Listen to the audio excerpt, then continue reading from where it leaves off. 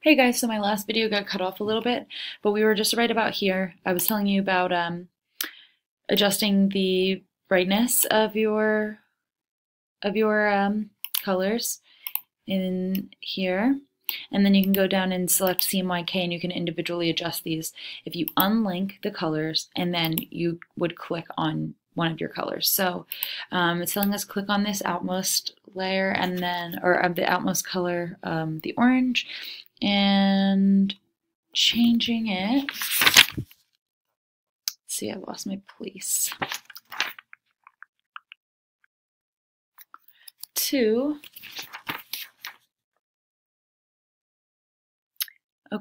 10, 50, 100, and 0.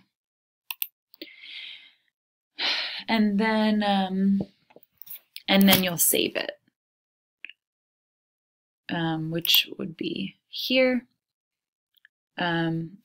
Save the colors to the group, and then you click OK, and then they're saved here. So you would see that change, but I was a little ahead and my recording stopped, so mine are saved here. Always make sure you're saving. So here now we would just try to save our document just to make sure that we don't have any lost information. Okay, so now we're going to go down to Artboard 4. See here, you can see what artboard you're on. So 1, 2, 3, 4. Select everything on your artboard, and then we're going to go up to our recolor artwork button, and you can see here it automatically pops up to these. You can toggle back through edit or assign. The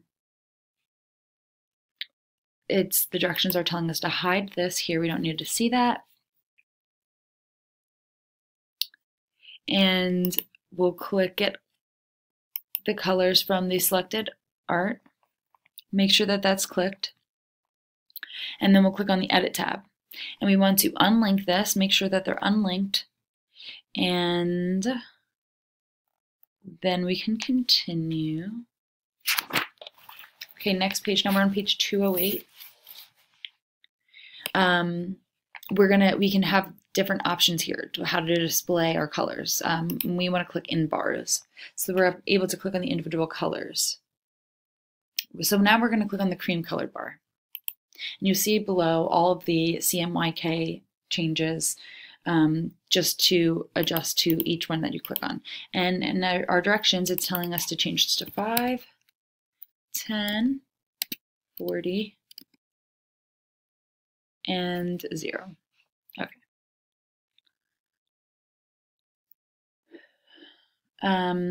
Now we're going to right-click on the green bar, and we're going to select shade. And then what you can do is when you're editing the shade is you want to just drag your mouse a little bit to edit the color. So maybe we'll just drag it down a little, make it a little darker. Okay. And you can see these changing here on the right when we're adjusting this. So if I change to white, you're seeing these colors adjust here. And then, let's make it a little lighter. I think the directions want us to make it a little lighter, a little brighter. Okay, and then we'll click OK, and then that will be saved, and then we will just go ahead and save again to make sure everything's saved. Here's where it gets a little tricky. We're going to go to our Artboard 3. We'll select all in the artboard, and then we'll click on our recolor again, recolor artwork. Now you see we have a little bit of different view here. We want to show, and let's see, we'll show our color group storage. So then we will click select logo to color group that you created earlier. So we'll apply that, and then you can see it has changed over here. But on the left side, you know, we didn't really see too much shifting in these colors. So what we're going to want to do, we'll hide this. Now we don't need it. And you'll see these arrows next to the colors. They're telling us to go to the third stripe or the third color strip here, and we'll convert. And if you see that changed, okay? And then we want to go down to the white.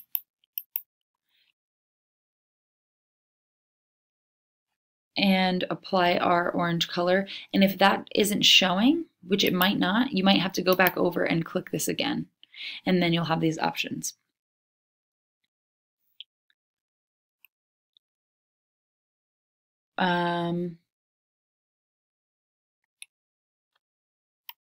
We can drag the swatch down to change it.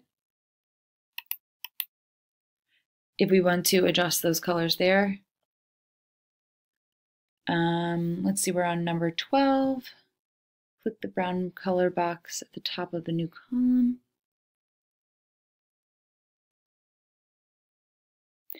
We'll double click and we'll go to our swatches. We'll select light green, click OK. So you can change your colors there. And mine's a little different because I didn't exactly follow the directions here verbatim, which I guess I could, but you could just select save and save that and click OK. And you see that that's changed now. So again, it's just a little bit, you know, it doesn't have to be exactly like the book when you're going through this, just so you can practice and see kind of what happens. You know, it's more based on your preference of what you want to do when you are working on your projects. So it's just kind of getting used to knowing how to do these things. Then we can go back over with this live paint tool, which we kind of went over in class. I'll just kind of go through some of these options here. So you're going to want to select your objects that you want to join or that you want to use the live paint bucket with. So you just select them first. So I went highlighted them both.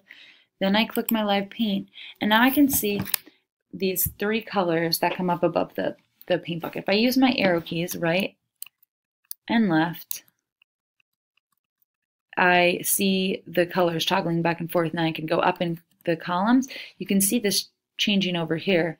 If you watch as I'm doing this, if I hit the up key, it's switching up and down between the color palettes. And then I can go right and left, and I can select, so I'll select my blue color, fill it in here. I can go select my green, fill it in here.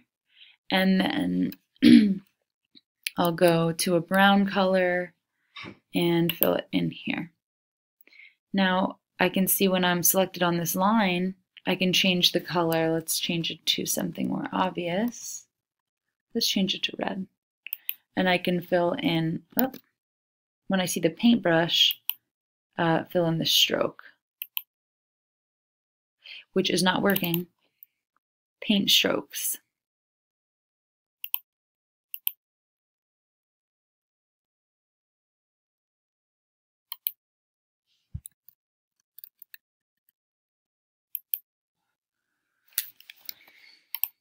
Yeah.